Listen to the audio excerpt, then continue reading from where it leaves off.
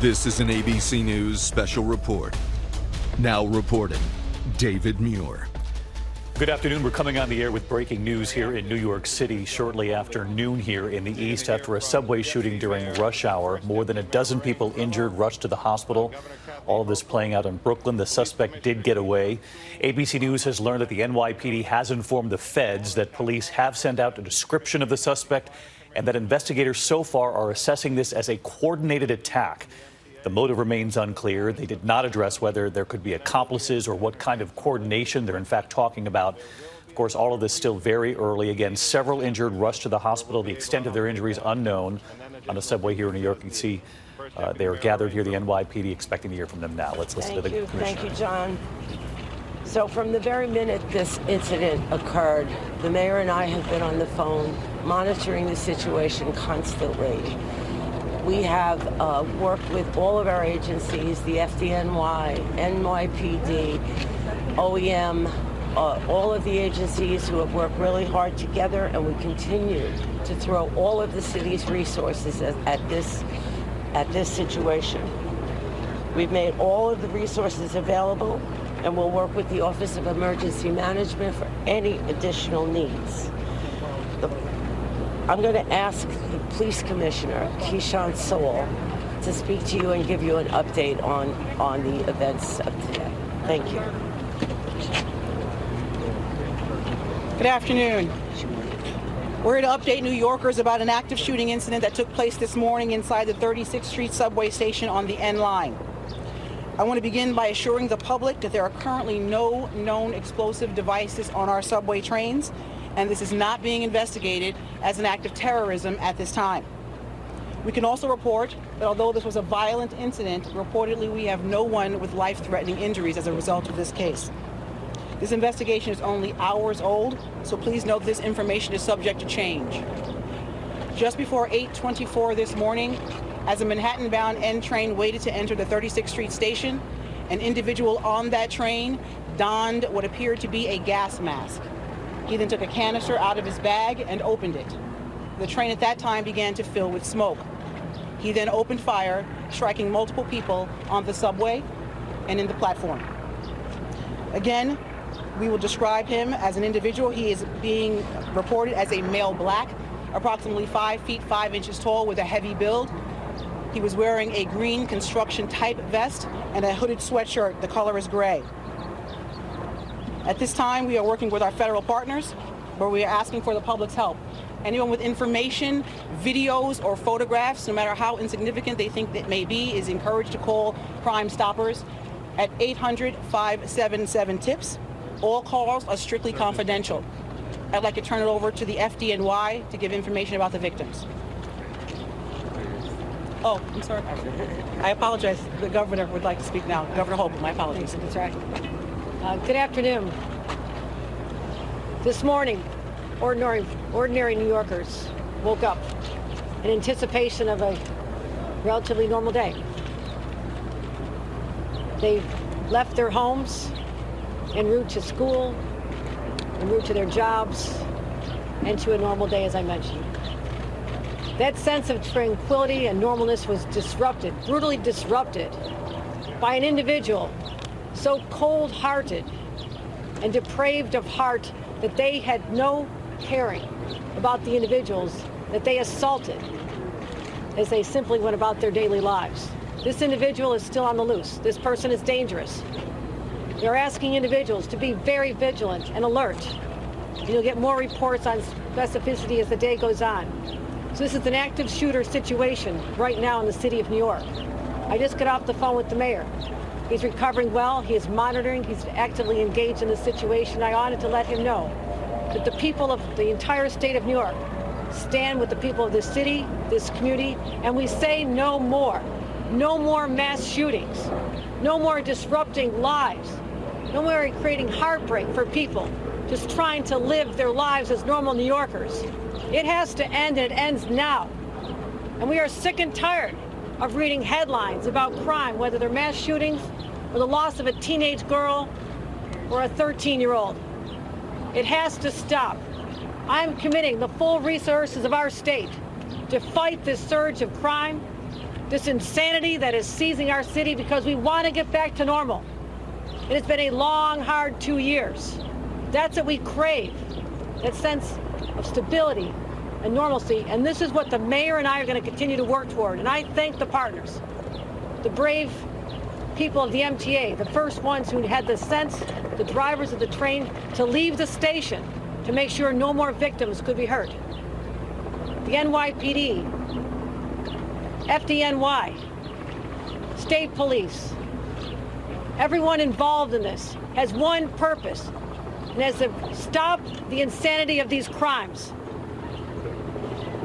You'll hear now from our fire department. I want to thank them for being there to help us defuse a volatile situation, but we'll be giving continued reports as this day unfolds.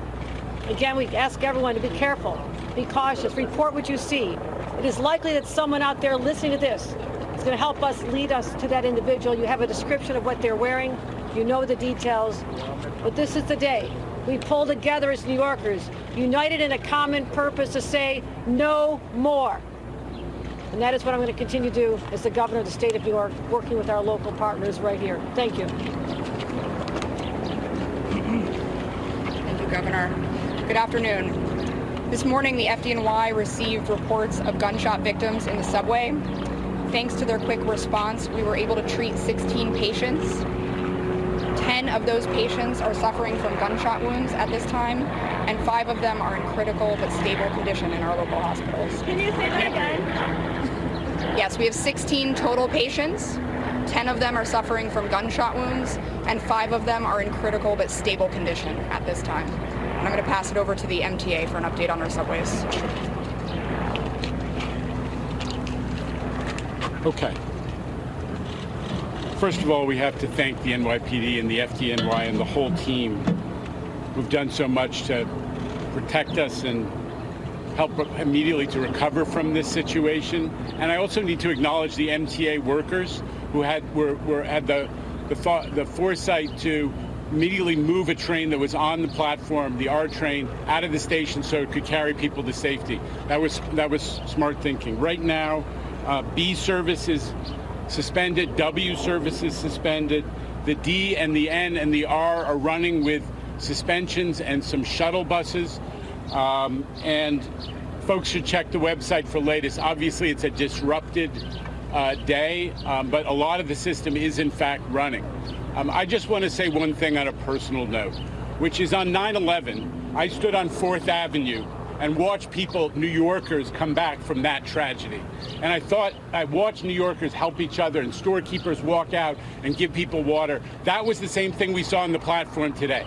We saw New Yorkers in a difficult situation, an emergency, helping each other. That's the subway riders. That's who New Yorkers are. Every day they're showing people in the subway, which is our public space, that New Yorkers of all varieties can come together in small spaces and get along and create something bigger. That's what we remember in these emergencies, as well as the tragedy and the thought for the quick recovery of the victims, is New Yorkers are incredibly resilient, just as they are in every emergency, and we thank them for what they've done, and we thank the governor and the mayor for their leadership in all of our recovery from COVID and from every one of these challenges. So just to reiterate, we're going to be very limited in what we are able to answer in questions. Just to also underline our partners here, you got Mike Regan. Mike Regan is the Assistant Special Agent in charge of the Joint Terrorism Task Force with the FBI and NYPD. John DeVito from ATF, who's helping us with tracing efforts and investigation. He's the Special Agent in charge for New York City. We have the Brooklyn District Attorney, Eric Gonzalez, who is also here. And, of course, Chief Ken Corey, Chief of Department, and First Deputy Commissioner Ed Caban. We'll start off with questions for the police. Was the shooting on the train? Was the shooting on the train or on the platform? Was the suspect on the platform or in the train? And did it all happen in the 36th Street station, or what happened down at 25th Street? The suspect was in the train car. The shooting began in the train car. Commissioner, can you give us some more detail exactly what happened in the car? Did the suspect say anything? What type of weapon did he have? And what was going on inside the car as this all happened? So, as I stated before, we're only able to get limited information because it's under investigation. As the train was pulling into the station, the subject put on a gas mask. He then opened a canister that was in his bag, and then the car filled with smoke. After that, he began shooting. Guys, one time! Hang on. Commissioner, does this appear to be random? Any idea why this individual did this? And We do not know the motive at this time, but we're not ruling anything out. What are the other injuries that were not? The fire department.